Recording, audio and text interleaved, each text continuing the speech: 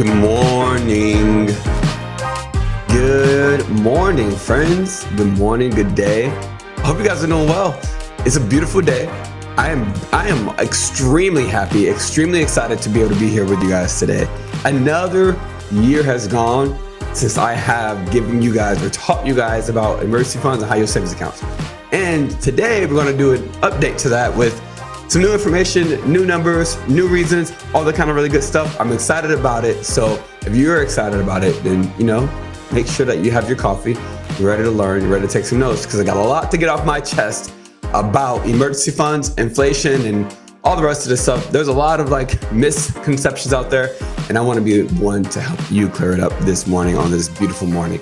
And now, if you are looking for the very first time that I've done the episode about emergency funds, you can definitely go back by about a year. I think it's called 3 major concerns for high yield savings accounts, things just to know and look out for. We're going to do an update to that today. But today we're also going to talk a little bit more about in depth of how high yield savings accounts have come about and why you should ultimately use them instead of using mutual funds or CDs for your emergency funds. So I hope that you are just as ready and as excited as I am for today, because we do have a good bit of stuff that we are going to cover. And I do want to go ahead and dive right into today's episode and the education learning, because like I said, we got a lot to learn. So first, the very first thing that you guys need to know is even the reason why emergency funds are important. As I have talked about the last 3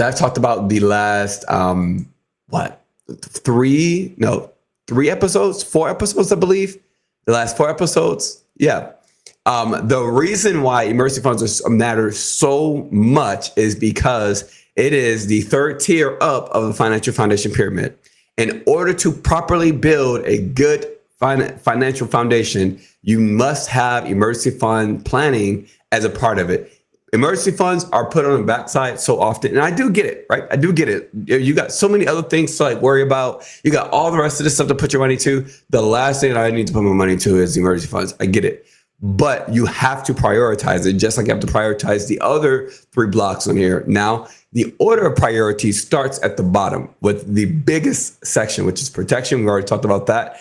We took, I think, 2 whole podcast days to talk about that. Last episode, we talked about debt management. So if you're looking for any information about the types of insurances out there, understanding why you even need insurance in the first place, or the types of ways to solve or get out of debt, and some practical tips, strategies, and companies or options to go with, definitely check out those episodes.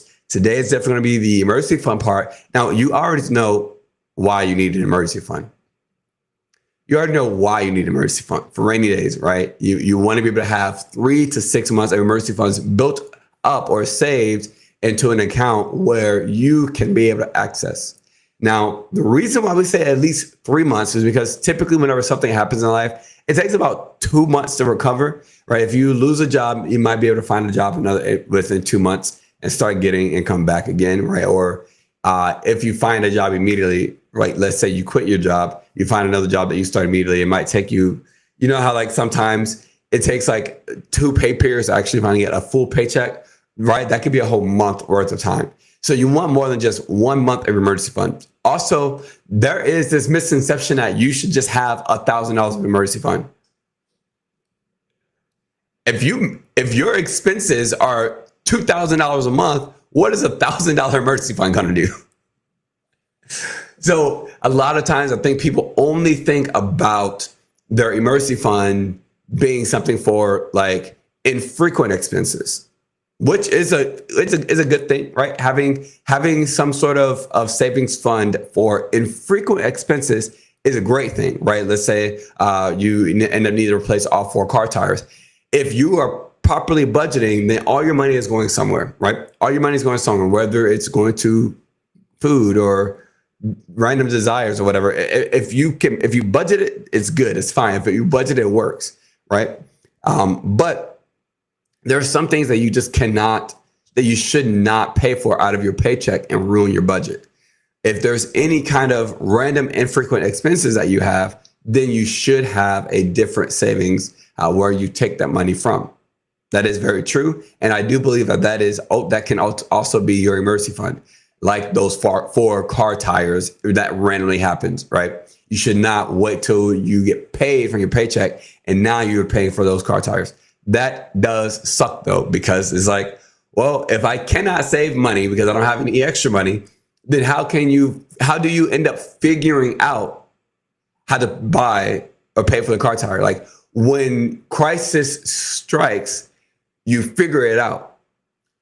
So why can't you figure it out for the emergency fund ahead of time and struggle during, like, if you're like, I literally cannot put $100 away. Well, I mean, 10 months, you got $1,000. Even though to me, I believe that you should definitely have more than $1,000. At least if you have $1,000, that's much better than nothing, right? 10 months of struggling with $100, saving it to the side. If you can figure out how to randomly pay for $400 worth of car tires, because you have to have a car. If you can figure that out, you can figure out saving. You can. So that way you don't have to figure out the car tires piece or some random expenses that come up, things like that. So you want to have at least 3 months in emergency fund, and then 6 months. The reason why we say no more than 6 months is because of two reasons. One, let's just say that you build up, 24 months worth of an emergency fund. Well, if you build up 24 months worth of an emergency fund, you built that for a very long time, like years. I mean, I'm talking probably almost a decade. And all that does is make it feel like you never want to come down. It's like you climb this mountaintop, you never want to go down. And then something happens and you finally dip into your emergency fund. Well, what happens after one thing happens? Typically, other things happen. Now, that first reason why you pull from your emergency fund might have been very well justified. But the other ones, well, sometimes you're like, well, I already grabbed from my emergency fund. Might as well just go ahead and grab a little bit more for this or for this. And then next thing you know, your emergency fund is dwindled down to very small, very little. And then it becomes so much harder to start climbing that mountain again, because you're like, it took me so long to build that emergency fund. Oh my God, I'm never going to get back there. And money, to me, I've talked about it. It's a major principle of mine. Money is a mind game. It's a mind game. And if you have that game playing in your head, like, oh God, I built this up for so long, I'm never going to get it back there, then you're never going to start it up again. So limiting yourself to 6 months prevents from that ever happening. And then you just stop. There's so many of my clients who I've met, they're like, I used to be so good at saving. I used to have this much in my emergency fund. I used to have this much in my regular savings. I used to have this much. And then something happened and then it all changed. You just slide down the mountain like an avalanche. So you don't want more than 6 months. And then the other reason why we say no more than 6 months is because your emergency funds should be in a generally safe and liquid account. Generally safe, meaning that you can trust that your money's going to be there and the exact amount's going to be there when you need it. And liquid, you can put money in, you can take money out whenever you want to. There's no penalty. Obviously, you need to be able to take money out of your emergency funds when you need it and not be penalized. So typically, though, you can if it's somewhere where you can be able to get the money within a day or two, then like it's fine, right? Because most actual emergencies that you should be dipping into your emergency fund, that it doesn't need to be paid for right now. It could take about a couple of days, right? Your AC, the HVAC system goes out, then yeah, like you want to get that done as quickly as possible. But there's almost no way for them to get out to your house at that moment, that day. They probably have to order materials or order things. Or you probably have to buy stuff, and then it has to get there, all that kind of crap, right? So it could take a day or two. So things like that, right? If you can access it and that quickly, that's what matters. But generally safe and liquid. As we know now, from what I taught you guys, about generally safe and liquid accounts are that they don't grow much. Low growth, very low growth. And so since I have very low growth, if you've got 24 months of an emergency fund there, you've got $80,000 in your emergency fund. That's so much money that's not growing at better rates with variable and index accounts. That's that much money. I mean, so much. If you only need $30,000 in emergency fund, and yes, believe me, I do believe that people should have $30,000 in emergency funds if their expenses, monthly expenses, times 6 or times 3 to 6 equals 30,000. To be honest with you, like back before I started in full financial services, right? Back when I was just in tax planning and tax preparation, I did not used to see the benefit of people having so much money in their emergency funds. I did not. I did not at that point at all. And I had never really had that much money in my emergency funds at that point. Now, after working in full financial services and seeing the reasons why, I'm like, no, yeah, you got to have like $12,000 minimum in your emergency funds. And you feel much more protected. You feel much more safe. So when I talk about the fact that you need at no more than 6 months of emergency funds, I truly also mean that there's probably a lot of money there anyway, so you'll be fine too. But the rest of that money above that 6 months needs to be growing in better accounts, because the accounts grow so small when you're in generally liquid and safe accounts, or generally safe and liquid accounts. So those are the reasons why you need minimum 3, maximum 6 months of emergency funds, why emergency funds are even important in the first place. But here's the thing about emergency funds. If you let your emergency funds just sit in an account for years, it's going to get rotted due to inflation. Absolutely rotted to inflation.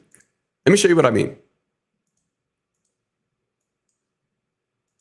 If we go to moneychimp.com, I've gone to moneychimp.com a lot. So you guys are probably very familiar with MoneyChimp at this point. And if you're not, moneychimp.com. We're going to come over here to present value. Let's say you finally do get to that $30,000 worth of emergency fund, right? You finally get to $30,000 worth of emergency fund, and you just let it sit there because, like, obviously it'll sit there for, years. Hopefully you never need to use your emergency funds, right? Let's just say it sits there for 20 years. Let's say you're 30, it sits there to you're 50 or whatever, and inflation is at 3.7% or 3.47%. All right. By the time you're 50 or in 20 years, that $30,000 is only going to be worth $15,000. Literally half. In 20 years, it's going to be worth half of what it's worth today.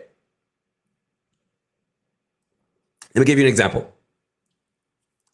Let's say that you've got $500,000. Half. Okay. What does that mean? This means that if you want to buy a house with $500,000 right now, but you're like, let's say you got $500,000 to buy a house right now, but you're like, I'm gonna just wait. I don't need a house for like 20 years. I ain't got nothing going on. I'll just live in apartments, or I'll just live with everybody. I'll just save money or something like that. Okay. If you say, okay, in 20 years, I want to be right there to buy a house, and you've got this $500,000 cash. Okay. You got this $500,000 cash. This means the house that you were going to get for $500,000 is not going to be worth $250,000. Excuse me. Your money, is going to be worth $250,000 for the same $500,000 house, $500,000 house. That's what that means. Now, the house itself might not change, but your money won't get you as much for the house. You had $500,000 and now you basically got $500,000 of paper, but of worth $250,000. So that money is going to buy you a house half the size, hopefully half the size of the $500,000 house that you wanted. That's the power of inflation. And with emergency funds, if your money is just sitting in a regular account growing at, let's say you decide that you're going to save let's say you have no money right now. You're going to start saving $1,200 a year, so $100 a month for 5 years at 0.01% interest rate, because that's all that your accounts are. That's going to be $6,000 after 5 years, okay? $6,000 and $1.80 you've earned of interest, okay? So if your account has gotten here, now let's say that you leave your account where it is, right? Because after your emergency funds are full, you don't need to grow your money. You don't need to put any more emergency funds in, okay? So let's say that your emergency fund is $6,000. That's your emergency need. And you now let it sit there for another 15 years. So 20 years total. So same example, but 20 years total, right? 5 years to grow your emergency funds, 15 years it sits there before anything happens to it. At 0.01%, you've gained $9. $9. Now, let's say 20 years into the future, 20 years into the future, again, inflation's at 3.47%. That $6,000 is now only worth $3,000. Now only worth $3,000. So you put $6,000 in, right? You put $6,000 in, right? You put $1,200 a year times 5 years. You put $6,000 cash in, and now after 20 years, your money's not even worth the amount of money that you put in to your emergency funds. Now, people do this all the time, and this is fine. But I'm about building total good wealth and financial foundation and growing. My biggest goal, one of my biggest goals, is to inflation-proof your money. So how do you inflation-proof your money? Your money needs to be sitting in an account that's growing past, right? If, let's say that you were doing that $1,200 a month, or excuse me, you had $0 to start, $1,200 a year, 5 years in a row, in an account that was growing at 4%, you would gain $759 in interest. All right.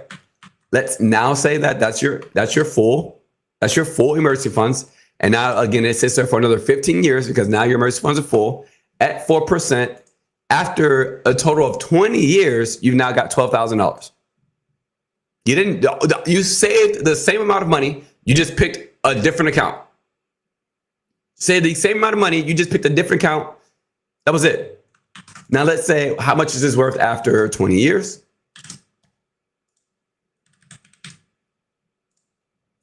It's worth $6,153. So at least you kept the principal, right? The money you put in, you didn't lose the principal, and you still gain a little bit, about $153 worth of value of your money after 20 years. Now, if we push this to 30 years, then yeah, obviously, like, you lost that money. Yeah, you lost the value of the money that you put in, right? But at least the goal is to outpace inflation, right? You should be looking to beat and outpace inflation at all costs in every way. All of your money, as much as possible, needs to be removed from the inflation filter. And I've talked about the inflation filter before.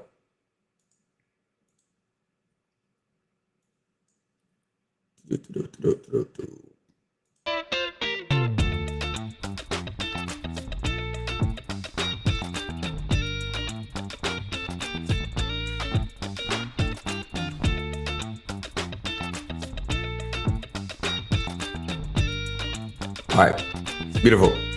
I talked about the inflation filter before. This is very, very important because when you make your income, let's say you have $100,000 and you choose to put it into different types of things, right? A regular bank account, regular savings account. You just have to put it under your mattress, or you just keep it as cash, or you spend it on anything, gas, groceries, whatever is going through the inflation filter.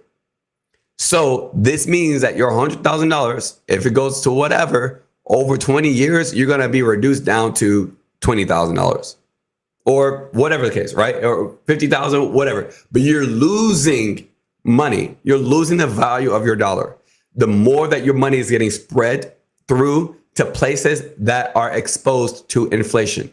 You and your goal should be to minimize inflation as much as possible.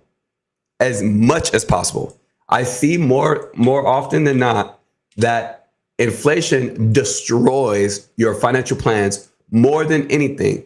If the stock market was to go down by 20%, or your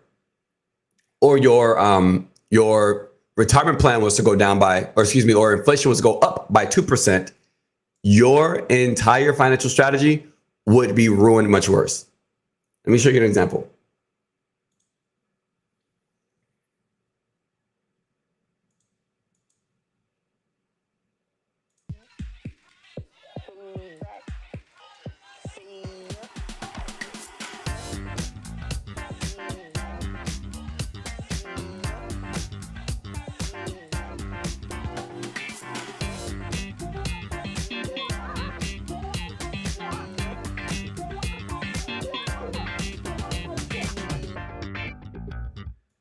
If I can get it to pull up for me. Here we go. All right, let me show you what this is. So this is a stress test. Now, a stress test allows me to stress different scenarios on my clients' retirement plans. Meaning that I could put in if the market was to go up by 20% immediately if the markets were to drop immediately by 20%, or inflation was to be higher by 2% or anything like that. All right. But this is what the stress is right now. If the market was to drop by 20%, if Social Security reduced by 20, if inflation increased by 2%, if asset returns were lowered, if your returns were lowered by just 1%, tax expenses, things like that. What is the one that has the worst probability of success? Which one of these has the worst probability of success? Inflation. If inflation dropped by if inflation went up by just 2%, this client, they have a 15.9% chance of their retirement plan happening, of being successful. Now, also this client, don't worry about, we just started with this client. So this is currently before we get really diving deep into into everything and removing as much as possible from, but this is very likely. This is how your financial plans go. I mean, if the market was to drop immediately by 20%, they got an 83% chance of success. Now, also some of this is because we have been working together a little bit. So at this point, I've got some of their accounts out of the market and some is. So it's not going to be as bad. But we are terrified of the market dropping, when really, what should you be terrified of? Inflation. So the less that you can have your money going through the inflation filter, the better. I mean, of all the risks, I probably talk about it more than anything else on this channel. Of all the risks that you could take, inflation is not the one to play with. It's not the one to play with because of this right here. I mean, if inflation were to go up to 3%, refresh.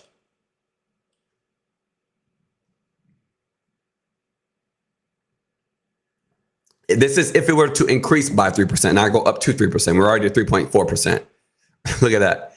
Probability of success, 2%. That's how bad inflation is, right? And do you think inflation is do you think we're going to stop, inflation is going to stop going up? Hopefully it goes down, right? Hopefully it goes down. But in reality, we all know that if inflation does go up even by a little bit, we're kind of screwed.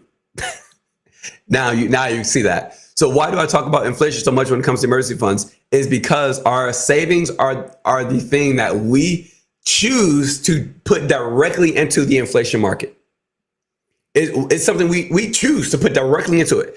Like, we cannot help spending money on things. We have to, right? We have to pay for gas. We have to pay for groceries, right? If you pay for groceries, if you pay for, let's say you've got groceries, you got $400 a month of groceries. That's $4,800 a year that you spend on groceries, and that money gone to inflation.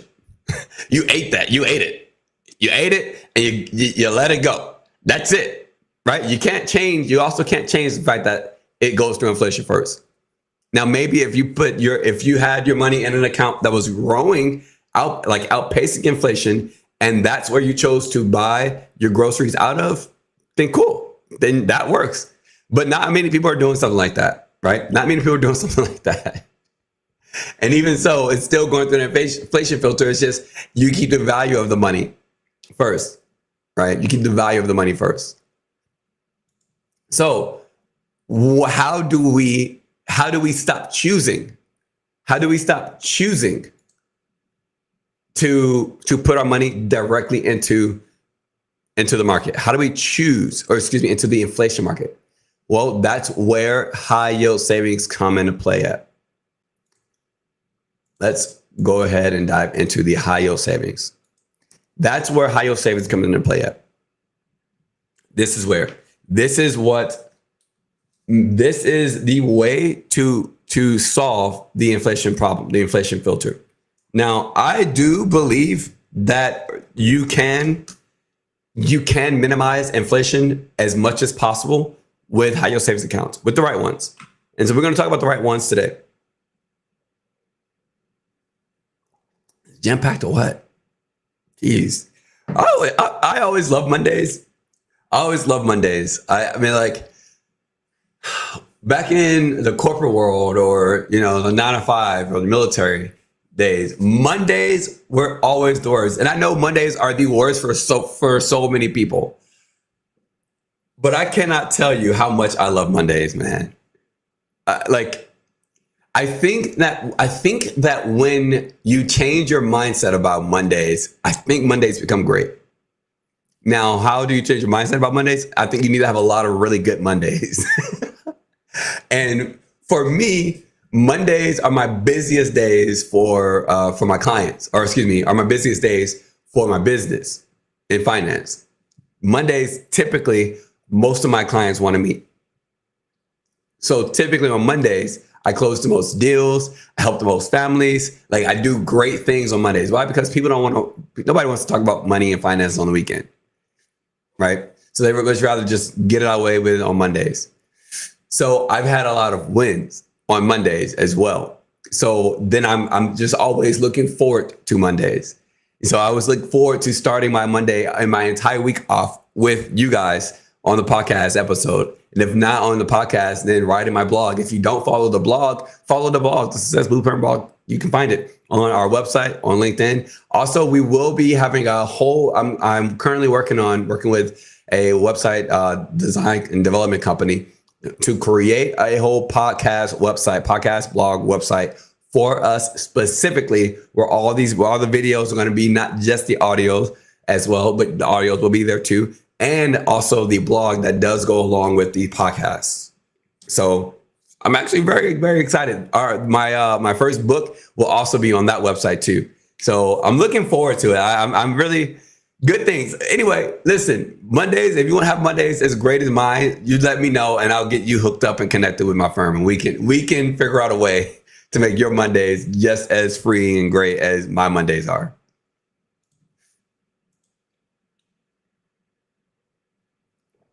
All right, so high yield savings accounts. High yield savings accounts will know where to look to have your money grow. Now, there's 3 places that people put their emergency funds. There are 3 places that people generally put their emergency funds. In one of these 3 places. But I want to teach you guys today about which ones are most important. Blue. Let's go. Yeah, we'll leave it at blue. Which ones you want to be able to have. Now, I've taught you guys about the laser fund test, the LSR test, right? Liquidity, safety, rate of return or return on investment, and taxation. I think I've taught you guys that. I'm pretty sure. If I have not, then I'll teach it to you another day. But the laser fund test is a test that you take all of your accounts through to check the characteristics of them. So that way you know what characteristics they don't have and which ones they do have. And the ones that they don't have, you want to obviously make sure that you hedge against those downsides. So this laser fund test, we're actually going to do right here. LSRT. L stands for liquidity. S stands for safety. R stands for rate of return or return on investment. And T stands for taxation. So we're going to go through, we're going to check or X the ones that have favorable characteristics of the three of these. When it comes to emergency funds, okay? Or excuse me, not when it comes to emergency funds, just of an accounts. So mutual funds are generally liquid, right? Like it might take a little bit to get it out, to get your money out. And if you don't have access to your account easily, it's going to take a while. But you can get your money basically like within a few days out of your mutual funds. So mutual funds are liquid. Are they safe? No. They are directly invested into the market, right? They're directly invested into mutual funds. It is mutual funds. So people do have mutual fund accounts to be able to grow their emergency funds, right? Also, what about the rate of return? Sometimes you can get some pretty good rate of return on mutual funds, right? Depending on how risky they are, things like that. And some mutual funds are really good and have really good growth. And then the taxation. You have to pay a capital gains tax on your mutual funds as they grow all the time. You have to pay the taxes on it. The one thing that I will say is we cannot get out of having to pay taxes every year on this money if it grows. We cannot get out of paying money on this, paying taxes on any of these three accounts, period. So right now, taxation is not going to be favorable for any of these three accounts. That's fine. That's okay. All right. Now, CDs. If you don't know what a CD is, it is a certificate of deposit. Now, a certificate of deposit or a CD is an account where you can essentially buy a CD for a certain amount of money. You let it sit there for a period of time, some term, maybe 6, 12, 24 months, something like that. And then it grows and you get all of that money at the end of the cycle. Now, these accounts are not liquid. They are not liquid. They are locked in. Now, can you get the money? Yes, you can access the money really when you need it. The downside is that if you pull that money out early, it is going to penalize you. It's going to take some of the growth, all the growth, or even all the growth and some of the principal that you put in, right? That's the money you put in. So it's not liquid. They are generally safe. They are safe. Typically, your money is going to be there when you need it, and it doesn't lose money to the market. And then rate of return, and some CDs, like you might get starting bonuses of like a 6 or to 8% CD, right?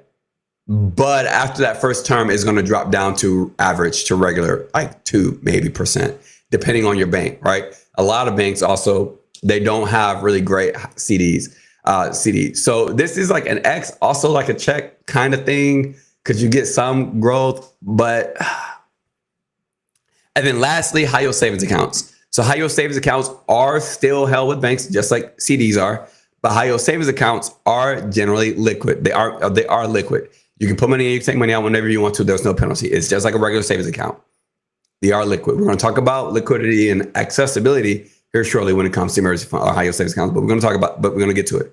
And then next, we've also got safety. So again, high yield savings accounts are still held with banks, so their accounts are generally safe. It's not directly invested in the market. Now, the interest rate goes up and down based on the market, but that's not the percentage of your money. That's the percentage that the account is giving you. It's a fixed interest, right? It's a fixed interest rate account. Even though the fixed interest rate changes or varies, you could consider it a variable account. What variable account is that what is your money directly earning against the market? Like if you get negative 5% in your market-based account, that's your money going down by negative 5%.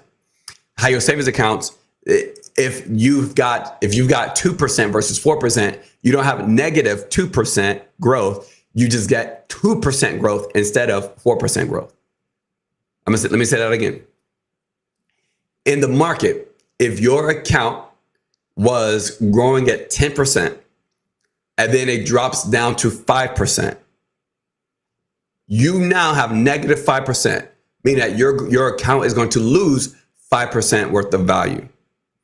In a high yield savings account, if the market was at 4%, if the interest rate was at 4%, but now it's going down to 2%, you're not losing 2% from your money. That account is just still fixed. It's just going to still earn 2%. That just means that your money's not going to grow as fast, but that year in that month, your money is going to grow by 2%. That's just what that means. So lastly, rate of return, not really great rate of return when it comes to like mutual fund CDs or high yield savings accounts, but you can get decent. So I'm going to put like slash, because you can kind of get decent returns, right? For what it's worth, So that is high yield savings accounts. That is why we use high yield savings accounts, because when it comes to emergency funds, we need liquid and generally safe accounts, which high yield savings accounts provide both of those. If you don't need liquidity, but if you don't need liquidity outside of emergency funds, so you need liquidity, you need it. But if you don't need liquidity for some reason, but you want safe returns, then CDs all the way to go. If you do want liquidity, but you don't care about safe returns, mutual funds are the way to go. You need to care about safe returns, and you need to care about liquidity for emergency funds though. So if let's say you got a high yield savings account for your emergency funds, great. And then if you're like, I want to do some other like small investments or small growth, cool. You can go ahead and grab CDs and mutual funds. And also you'll still be able to have the downsides protected, right? If you've got mutual funds and CDs, no. If you got mutual funds and CDs, your downside of not having safety is now protected by the fact that you got a CD that's also protected. And the same thing here. When you need liquidity, you got your mutual funds. But the only thing is, obviously, when the mutual funds, let's say your mutual funds are doing really well, right? That's supposed to say like plus 10%. Let's say your mutual funds are doing really well. You don't want to take money out of your mutual funds. But regardless, that's what the laser fund test does. It allows you to test and see what are the downsides to what accounts you have. And if you now see the characteristic that is the downside, you can go and protect it with other accounts that provide the upside benefit of that without having to change your account. All right, let's keep on going. So where do high yield savings accounts even come from? Banks are still a business, which means that they still want to grow. They still want to attract and retain customers. They still want to stand out. They want to provide better options for some of their clients, for their consumers. So they offer higher yields. Now, when it comes to banks, it's like, well, why don't all banks give good high yield savings accounts? So I've talked about it before, but banks, generally, the reason why not all of them want to provide high yield savings accounts and provide better returns is because some of them don't need to. Some of them don't need to, right? Again, business, it's a business. Banks are a business. If you are the number one bank with the most with the most customers or assets, do you really care about trying to attract new customers or retain the ones you have? No, because you're not concerned. Nobody's threatening you. Now, banks, the way that banks work, they invest so much of their assets into so many different things, right?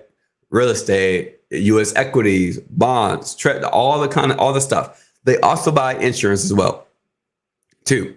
One of the cool things about it is that with them buying what's called bank-owned life insurance, they're getting guaranteed average returns around 6 to 12% on all of the money, right? So you put your money into the bank. They've got all this assets. They got this massive reserve that they're now buying all of this stuff with, right? If you put $10 in a bank, $1 is actually in the bank. The other 9 is going to buy all this stuff, lending it out for debt and all this stuff. some of that money, a piece of it, is going to life insurance for their safety and stability. All right. Now, with some of that money going to life insurance for safety and stability, if that bank is going to offer guaranteed, like average tax-free 6-12% returns, then some banks can take some of those average returns that they know they're going to get and provide it to the consumers, right? So as an example, not as an example, but back in, this is at the end of March. So I think they should be doing another one here next year. But end of March, Bank of America owned $24.3 billion in life insurance. JP Morgan, $12.6 billion. PNC, 11.4, which is actually kind of crazy that they're number 3 now. And they're number 3. But these banks own so much life insurance. And again, if they're getting average 6-12% returns on their life insurance asset, then they can take some of that money and give it to you as a customer, right? 2, 3, 4%. But if you own the most of it, are you really concerned about competition? Nah, especially when the closest bank to them only owns half the amount of assets as them. They don't really care. But the ones who don't own as much, they can provide more. They are trying to compete. They're trying to grow their consumer base. So they'll provide some of those benefits. So that's where we get high yield savings accounts from. That's some of the ways, right? There's other ways that banks, they buy other assets, right? They invest to other assets as well. But that's one of the biggest ways that they can also offer a high yield savings account. Now, some banks natively own their own high yield savings account. Like they just give you a high yield savings account directly with them. But most banks buy or host a high yield savings account from a different bank. They just then buy that bank and host it for them. And that's just because some banks don't want to give money directly out of their own pocket. In that case, to start a high yield savings account, they'll just rather buy a smaller one, provide that one the support, and then use that. So 2 ways to be able to have a high yield savings account. Now, where do you find high yield savings accounts at? The best way to find a high yield savings account, and I'm going to show you here shortly, is through bankrate.com. Bankrate.com, I trust bankrate.com, at least when it comes to savings accounts and checking accounts. All the rest of the stuff, not necessarily. But when it comes to high yield savings accounts, definitely, because they're pretty good and pretty much on top of it. Now, some of the most common accounts that I see, though, are Navy Fed and USAA that most people put their emergency funds into. Navy Fed, great savings account. They've got 0.25% savings account. That is above average for savings accounts, which is tight. So if you got Navy Federal savings accounts and you got money there, you're already ahead of a lot of people. But again, I said inflation's at 3.47%. So is that really, is it really helping out at all? Is it really somewhere that you really want to have your money sitting there for years, 20 years? No, because your money's not going to be worth anything in 20 years. But their savings account, they don't have a high yield savings account. They don't have one. So that's the only option you have if you choose to only bank with Navy Fed. Then there's USAA. Now with USAA, they don't have a high yield savings account. I know that they have like this performance savings, but their regular savings account gives you 0.01%. They do have a performance savings, which has like, in order to earn 0.65%, you need $500,000 minimum in the account, which is crazy when there are banks out there that are providing you better than this with no money, with no minimums. Much better than this with no minimums, right? Then also for that performance savings account, you need $1,000. You need $1,000 minimum, but for a USAA regular savings, you need $24 or $25 minimums. So like, not really great accounts to try and grow your money, or at least have your emergency funds outpace inflation. Not really great accounts, but this is where a lot of people put a lot of their savings that I meet with. So what to look for high yield savings accounts? There's 3 things you need to look for that you need to be aware of: fees, rate of return, and accessibility. These kind of a little bit different than the way I want you to think. When I say fees, I'm not talking like directly like all these fees start stacking. A high yield savings account is just the same thing as a regular savings account with a little bit less accessibility and a much better rate of return. That's it. So when I talk about fees, I'm talking about things like maybe minimum requirements. You need maybe minimum $5, $50, $1,000 to open it up, $5,000 to open it up. Maybe minimum requirements. And I guess I could put minimums here instead of fees, but minimums also would not account for some accounts that do have certain fees. Maybe some other minimums, like you need to maintain this amount of money in the account in order to get this interest rate. There are sometimes like monthly maintenance fees. Sometimes there are like return payment fees, maybe like excessive transaction fees, things like that. But those things are basically regular to savings accounts, right? But not all accounts have bad fees or even fees at all. Then we got rate of return. You want to look for really good rates of return, right? Obviously, you want your money to outpace inflation. That's why you're looking into high yield savings accounts in the first place, right? But some accounts with maybe a lower rate of return might offer better benefits or less fees. So that's something that you need to be able to balance and understand, is that maybe you don't get as great of a rate of return, but maybe the benefit might outweigh the loss of the rate of return. And then accessibility. So I talk about high yield savings accounts as being liquid, right? You can put money in, you can take money out whenever you want to. There is no penalty, but they offer less accessibility for the main reason of being able to grow your money. Banks want you to keep your money in their accounts so that way it can grow. And because of that, they offer less accessibility. What do I mean by that? Most high yield savings accounts you cannot do in-person banking with. Which means you can't walk into a bank and you can use an ATM. So because of that, you cannot access your money as easily as you could with a regular savings account or a regular checking account. But you can still access it when you need it, right? You can still get your money. Let's say that you've got a high yield savings account, and because most high yield savings accounts are done through online banking, all you have to do is transfer your money from your high yield savings account to your checking account, your regular one, right? It might take about a day, maybe two, to get your money into your checking account, and then you can use it. Now, some banks offer less accessibility where they might limit the amount of transfers that you can have out of the account per month, right? Then some of them also might offer more accessibility. There's one bank so far that I know of that they will give you a complimentary free ATM card, which means that you can swipe and get your money out immediately, right? So there's all types of things to be able to look for when it comes to this. And it's about balancing with the ones based on your needs. Very much like the laser fund test I just showed you, looking at the different characteristics. You want to do the same exact thing with this. What are my fees? What are rate of return? What's the accessibility? Do I need more accessibility? I do, because of this, and this. So I know if I need more accessibility, I'm probably going to take a hit to my rate of return or to fees, right? And then you want to be able to also balance that out. I've talked a lot about how inflation wears against everything. But when you're trying to grow wealth, inflation will suck all of your wealth dry. If you've got a lot of money that's out there, that inflation is hedging against. I talked about it before. If you're not hedging against inflation enough, right? Like you can be saving money if you want to an account, right? You can be saving a lot of money.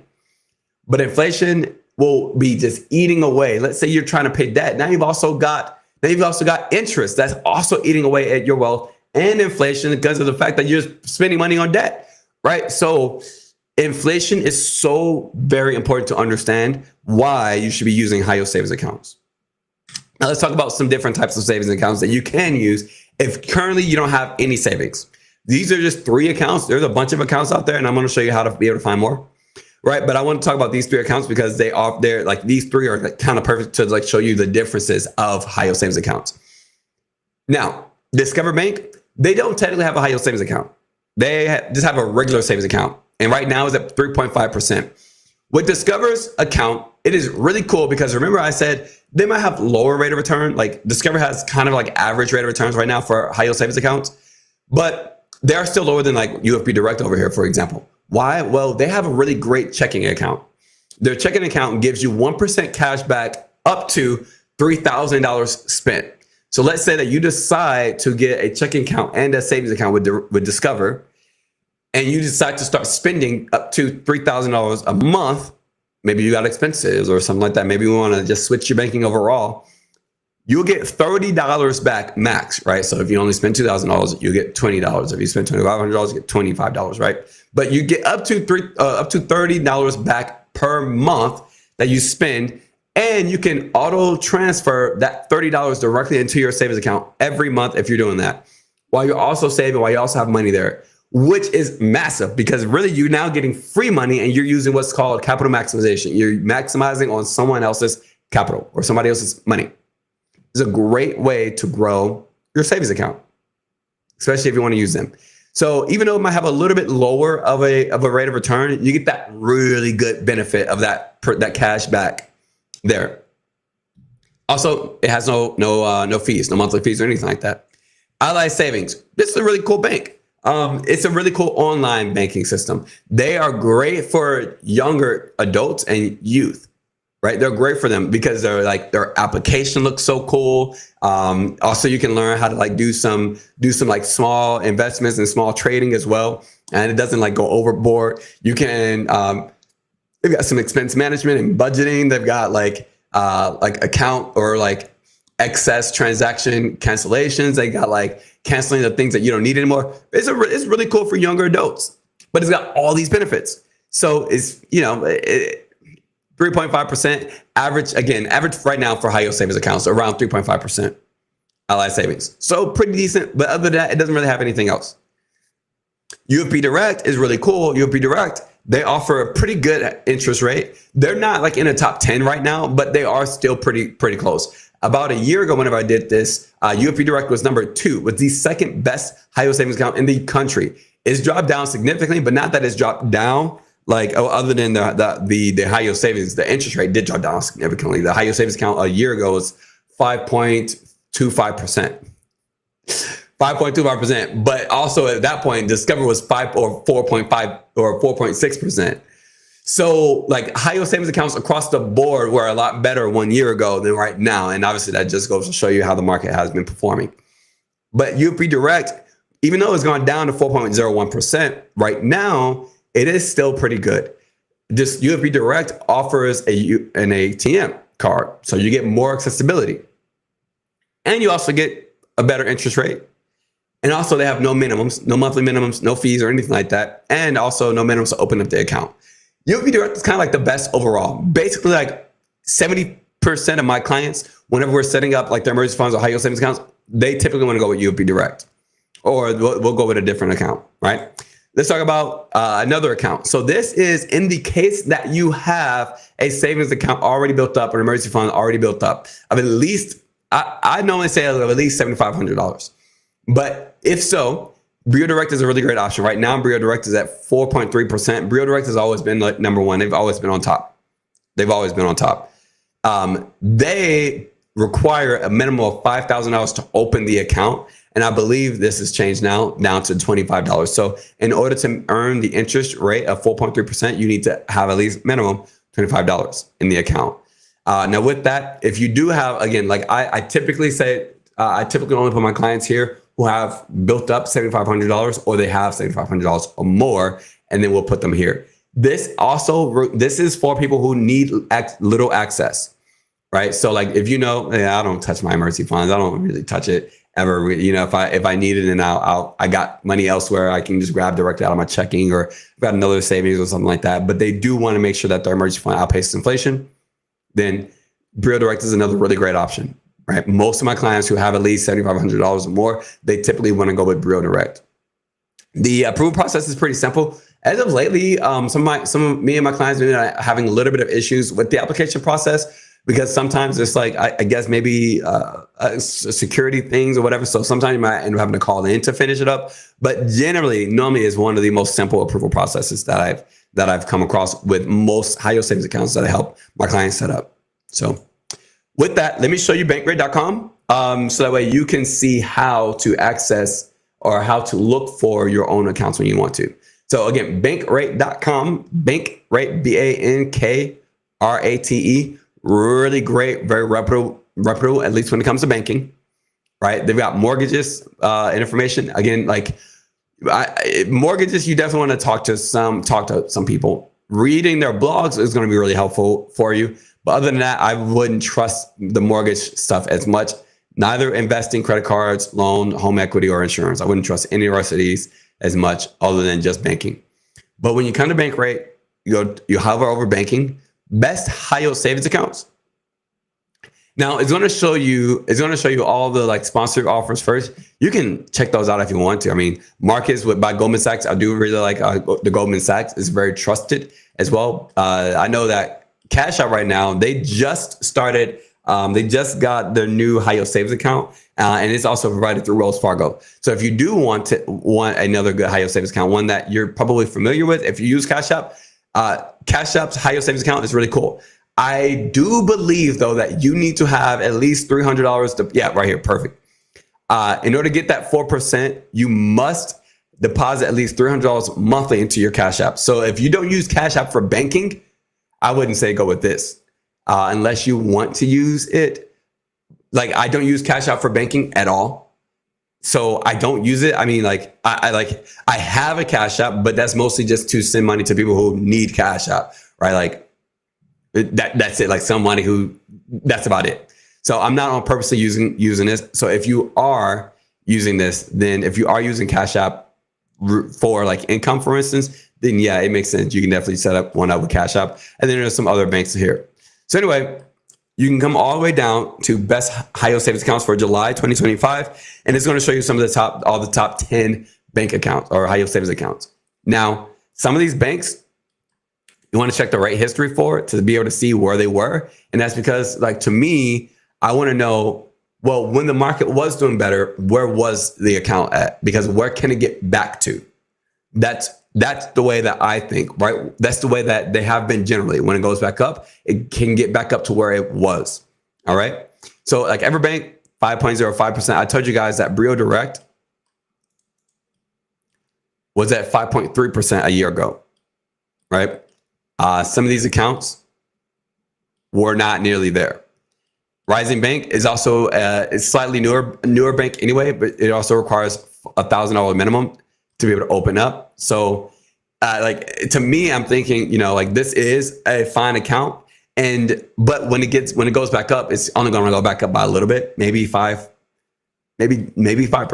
hopefully. And then again, Everbank, 5.05%. Brio Direct always stays on top anyway. So when the market goes back up, if you are looking for an account that does offer a competitive yield, and you already have a savings account, then yeah, 5,000 minimum. Let's say that you've got a high yield savings account that you're working on, right? Or we set one up, right? And you work on it after a while and you finally get up to $6,000, $7,000, $8,000 in your high yield savings account. We're definitely switching over to Brio Direct. Definitely happening. There's Forbright as well, which I think Forbright is a little bit newer. Oh no, they're not newer. Interesting. And then you can just kind of keep scrolling down to be able to check. You can check the pros and cons of these accounts as well to be able to see much more about them and what your experience is. I know Open Bank by Santander, this is definitely a newer account, right? I think they opened up in October. So you can be able to see this here. Again, you can just scroll down and be able to find accounts better for you, right? And learn a lot more. Look at, oh my God, look at inflation, bro. Oh my God. This is what I'm saying. Look at this. Inflation is crazy. 2022, this was inflation, 9%. So yeah, this is how you want to be able to find your high yield savings accounts, or you can just be able to go directly to a different bank account websites to be able to find them as well. So pretty simple, but the biggest thing about this is understanding that inflation will destroy your savings account and your emergency funds if you just let it sit in account grind. Even really in any accounts less than 4%. Yeah, good luck. So if this was valuable to you, let me know in the comments of wherever you're enjoying this podcast. What did you learn? What did you not know?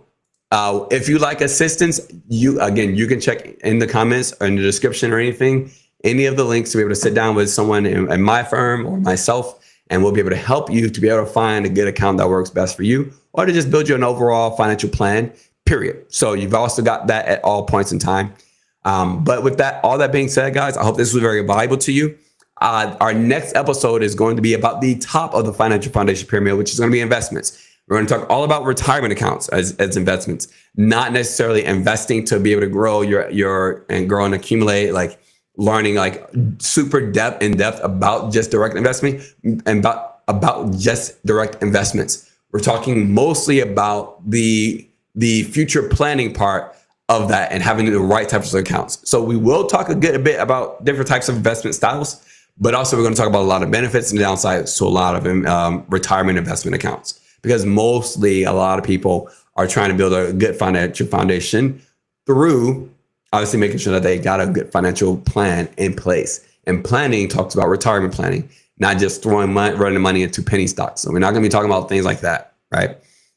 So we're going to be talking about a lot of different things, but I'll make sure that there is a lot of information. And that episode might honestly have to be a two-parter where we do 2 whole parts. So with all that being said, guys, I hope that today was valuable for you. If it was, let me know by liking, subscribing, following, whatever the case, wherever you're choosing to listen to this podcast at.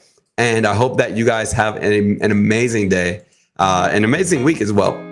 And if that's the case, let me know. I will see you guys on Wednesday. Have a beautiful day. Take good care. And I will see you guys. I'll see you guys in the next one. All right, bye, guys.